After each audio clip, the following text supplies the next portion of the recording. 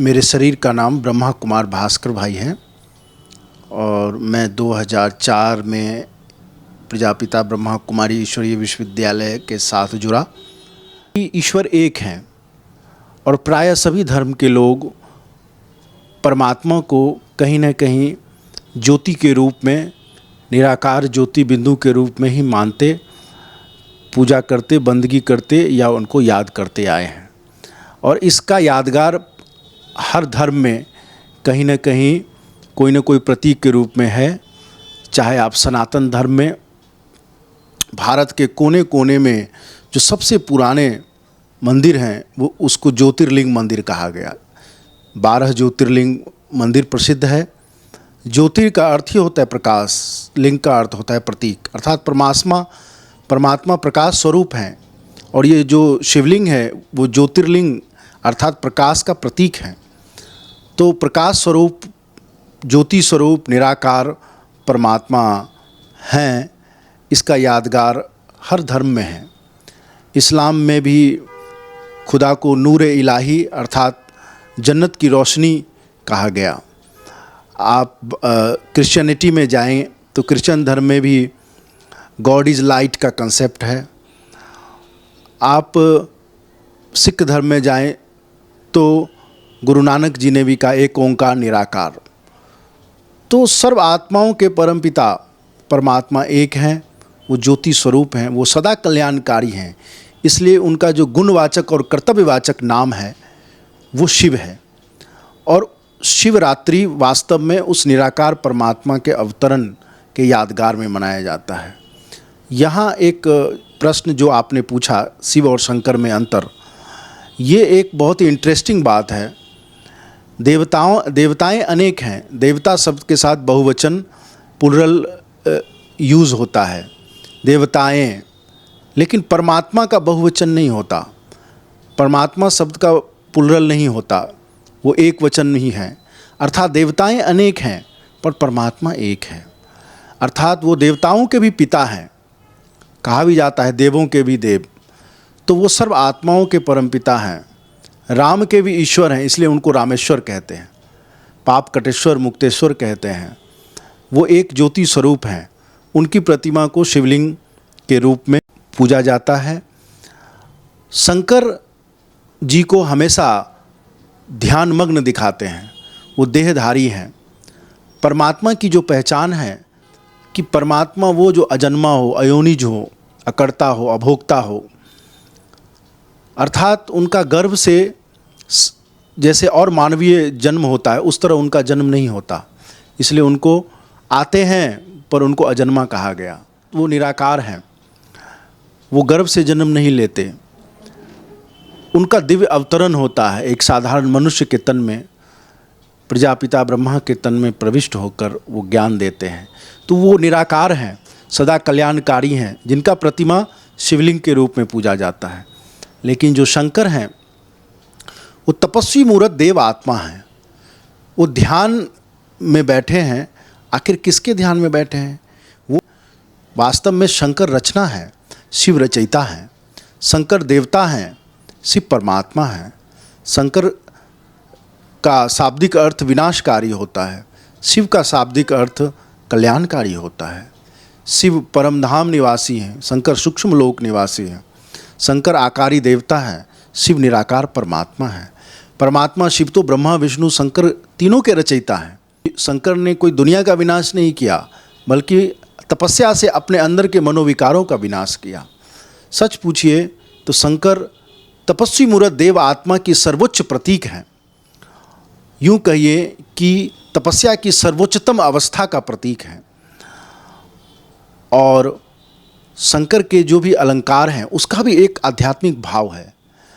शंकर जी का अस्त्र त्रिशूल दिखाते हैं, उनके मस्तक पर जटा और जटा में गंगा दिखाते हैं, मस्तक पर चंद्रमा दिखाते हैं, उनके गले में सर्प दिखाते हैं। और वो बैठे कहाँ हैं? कैलाश पर्वत पर बाघ के मृग छाल के ऊपर बैठे हैं। उनके शरीर में भस्म लगाए हुए हैं और वो ध्यान में मग्न हैं। इस सब चीज़ों का भाव है। एक बात और है कि शिवलिंग के बगल में शंकर लिंग बैठते हैं क्यों?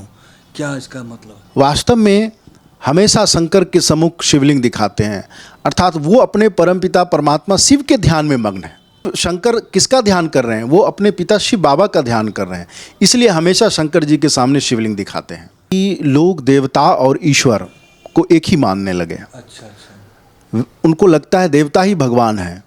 मूल अंतर है, और ये जो रहस्य है जब तक मानव के समझ में नहीं आए तब तक इस बात का स्पष्टीकरण नहीं हो सकता। वो समझते हैं कि देवता ही ईश्वर हैं, सब एक ही रूप हैं। ईश्वर, भगवान, परमात्मा, खुदा, अल्लाह या वाहेगुरु जो कहते हैं वो परमात्मा के लिए कहते हैं।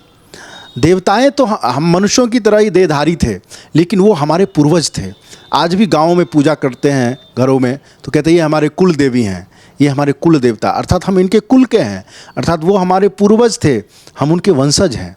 अर्थात हमारे पूर्वज बंदर नहीं थे, हमारे पूर्वज देवी देवता थे। देवी देवताओं ने भी परमात्मा शिव को याद कर ही अपने आप को देवता बनाया।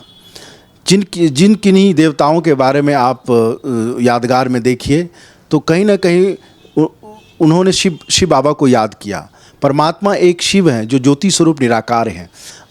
अन्य धर्मों में उन्हीं को अल्लाह, खुदा, गॉड, वाहेगुरु, परमात्मा, ईश्वर, भगवान के रूप में पूजा और याद किया गया है। उस परम प्रकाश, परम रोशनी का ही यादगार हर एक धर्मों में है। देवताएं भी उस परम प्रकाश, परम ज्योति को ही याद करते हैं जिनको शिव कहा गया है। तो शंकर जी भी परमात्मा शिव को के ध्यान में मग्न है। उस परम ज्योति परमात्मा की याद में वो मग्न है, और जटा उनके दिव्य बुद्धि का प्रतीक है, और जटा में गंगा जल अर्थात बुद्धि में ज्ञान। और जब बुद्धि में ज्ञान की धारणा होती है तो मन चंद्रमा के समान शीतल हो जाता है। चंद्रमा मन की शीतलता का प्रतीक है। नहीं तो कोई अगर 50 किलो गेहूं का अनाज का बोरा भी आपके मस्तक पर रख दे तो आप भार में दब जाएं, ज़्यादा देर तक उसको रख नहीं सकें। लेकिन इतना बड़ा चंद्रमा ग्रह माथे पर है, इसका मतलब ये प्रतीक है कि मन चंद्रमा को शीतलता का प्रतीक माना गया है। उसी प्रकार जो त्रिशूल है, ये मन, बुद्धि और संस्कार जो आत्मा के दिव्य अस्त्र हैं, ये इसका प्रतीक माना गया है। ये जो गले में सर्प हैं, ये वास्तव में विपरीत परिस्थितियों का प्रतीक है, मनोविकारों का प्रतीक है, बुराइयों का प्रतीक है। अर्थात अगर आप परमात्मा की याद में कर्मयोगी हैं, ध्यानस्थ होकर जीवन में कर्म करते हैं, तो विपरीत परिस्थितियां और विकार, बुराई भी आपका कुछ बिगाड़ नहीं सकती, बल्कि आपको तूफान तोहफा बन जाएगी, आगे बढ़ाने का साधन बन जाएगा। वो आपके लिए एक लिफ्ट का काम करेगा। परिस्थितियां आपके लिए एक आगे बढ़ाने का काम करेगा।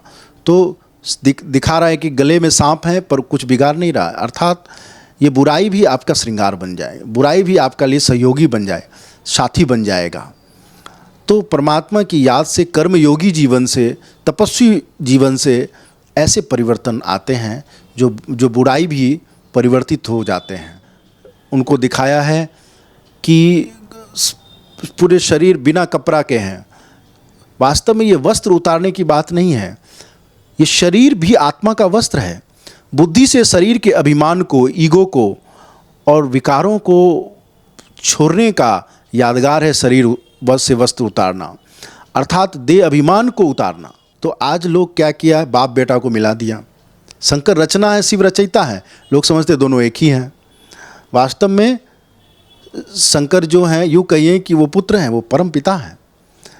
और जैसे दक्षिण भारत में जाइए या पश्चिम भारत में तो बाप बेटा का नाम एक ही साथ लिखते हैं, उसी प्रकार लोग शिव शंकर बोल देते हैं, लेकिन शंकर पुत्र हैं, शिव उनके परम पिता हैं। तो ये महान अंतर है। एक बात और मैं कंफ्यूज में हो रहा था कि शंकर लिंग कहते हैं, शिवलिंग नहीं कहते हैं जी। हमेशा जब या शिवरात्रि कहते हैं जी, और शंकरात्रि नहीं कहते जी। हैं। जब भी बड़ी बुद्धि से मैंने सोचा है बिल्कुल, और मैंने ये शिव पुराण भी पढ़ा था, तो उसमें यह लिखा हुआ है कि शंकर पुराण नहीं है, शिव पुराण है। और एक बात और है कि उसमें सारा मैंने पढ़ने के बाद मैं देखा कहीं भी शंकरात्रि और कहीं लिखा हुआ नहीं था। बिल्कुल, यही इस बात को दर्शाता है, इसलिए ओम नमः शिवाय कहते हैं, ओम नमः शंकराय नहीं कहते हैं। बिल्कुल बिल्कुल बिल्कुल। शिवालय कहते, शंकरालय नहीं कहते हैं। सत्यम शिवम सुंदरम कहते, सत्यम शंकरम सुंदरम नहीं कहते। और शंकर जी के सामने हमेशा शिवलिंग दिखाते हैं, अर्थात शंकर जी शिव बाबा के ध्यान में मग्न हैं। तो शिव परम पिता हैं, परम शिक्षक हैं, परम सतगुरु हैं, परमात्मा हैं। शंकर जी भी उनके ध्यान में मग्न होकर संपूर्ण अवस्था को प्राप्त कर रहे हैं। इसीलिए जैसे बेटा बाप जैसा बन जाता है तो लोग कभी कभी कह देता है ना कि अरे आप तो अपने बाप का सारा कर्तव्य कर रहे हो, आप तो बाप का काम कर रहे हो। तो लेकिन लोग गलती से भूल कर बेटा को ही बाप मान लिए। तो ये बहुत बड़ी भूल है, जिससे क्या हुआ कि शंकर जी तो शिव बाबा के ध्यान में मग्न होकर संपन्न हो गए, लेकिन हम मनुष्य शिव बाबा को याद नहीं करके शंकर जी में ही लटक गए, ऐसा देहधारी में ही लटक गए, उस निराकार ब्रह्म, निराकार परमात्मा को याद नहीं कर पाए।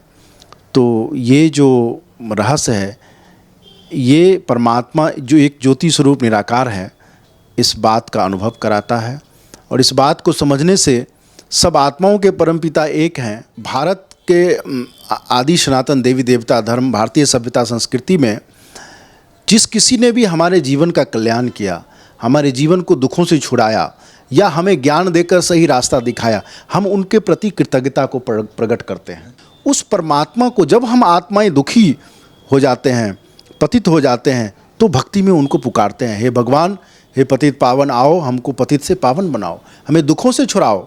इसलिए उनको पाप कटेश्वर, मुक्तेश्वर, महाकालेश्वर, त्र्यंबकेश्वर अनेक नामों से उनके गुण और कर्तव्यों के कारण ही पुकारते आए हैं। बिना महिमा तो, बिना कर्तव्य के तो किसी की महिमा नहीं होती।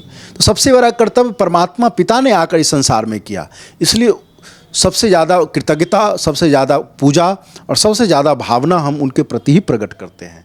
और इसीलिए जब भी उनकी पूजा करते हैं तो हम शिवलिंग पर क्या चढ़ाते हैं, और देवी देवताओं को तो फल फूल मिष्टान चढ़ाते हैं, शिव बाबा पर धतूरा चढ़ाते हैं, शिव बाबा पर जो है वो अक्का फूल चढ़ाते हैं, शिव बाबा पर बेलपत्र चढ़ाते हैं, शिव बाबा पर दूध भी चढ़ाते हैं। मिठाई क्यों चढ़ाते हैं? इसमें क्या मिठाई फल फूल क्यों, मतलब वो भी चढ़ाते हैं, लेकिन ये सब विषैले चीज़ ज़्यादा चढ़ाते हैं। इसका एक बड़ा आध्यात्मिक रहस्य है कि भगवान थोड़े कहेंगे तुम नशा करो। वास्तव में इसका आध्यात्मिक रहस्य ये है कि शिव बाबा पर हम कोई नशीली चीज़ें या जहरीली चीज़ें अर्पित करते हैं। इसका भाव ये है कि आपकी आत्मा के अंदर, मन के अंदर जो मनोविकार हैं, जो बुराई हैं, जो तामस प्रवृत्तियां हैं, जो जैसे कि काम वासना, क्रोध, लोभ, मोह, अहंकार है, ईर्ष्या, द्वेष, जलन, घृणा, नफरत, वैर, विरोध है, यही विषैले जहरीले धतूरे हैं। इसको दृढ़ संकल्प से ईश्वर पर अर्पित करना कि आज से हम इस बुराई को दोबारा यूज़ नहीं करेंगे। लेकिन हम ऐसा नहीं करते, केवल वो तोड़ के चढ़ा देते हैं। हम स्थूल में करते हैं, पर सूक्ष्म में जो धारण करना चाहिए वो नहीं कर पाते हैं। आप देखेंगे अक्का फूल में कोई सुगंध नहीं होता, मतलब मन के व्यर्थ विचारों को भगवान पर अर्पित करना है जिसमें कोई सुगंध नहीं है। आप देखेंगे शिव बाबा पर बेलपत्र चढ़ाते हैं। बेलपत्र क्या होता है? शीतल होता है, अर्थात अपने मन बुद्धि संस्कारों को शीतल बनाना है, इसलिए 3 पत्ता वाला ज़्यादा चढ़ाते हैं, अर्थात अपने चित्त को, अपने आत्मा को, अपने मन बुद्धि संस्कार को शीतल बनाना है। आप देखेंगे शिव बाबा पर दूध भी चढ़ाते हैं। दूध सफ़ेद होता है और हल्दी भी चढ़ाते हैं। हाँ, दूध सफ़ेद होता है, सफ़ेद पावनता का प्रतीक है।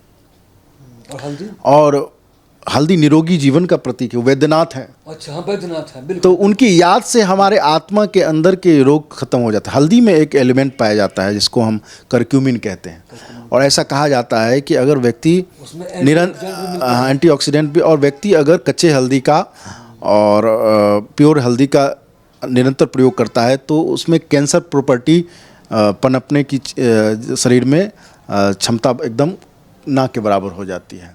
तो परमात्मा जो वैद्यनाथ हैं वो आकर हमें ज्ञान रूपी दवाई देते हैं। ये केवल स्थूल बात नहीं है, ये आत्मा की बीमारी की बात है। क्योंकि आज लोग शरीर की बीमारी तो बाद में, पहले मन की बीमारी से ग्रसित हैं।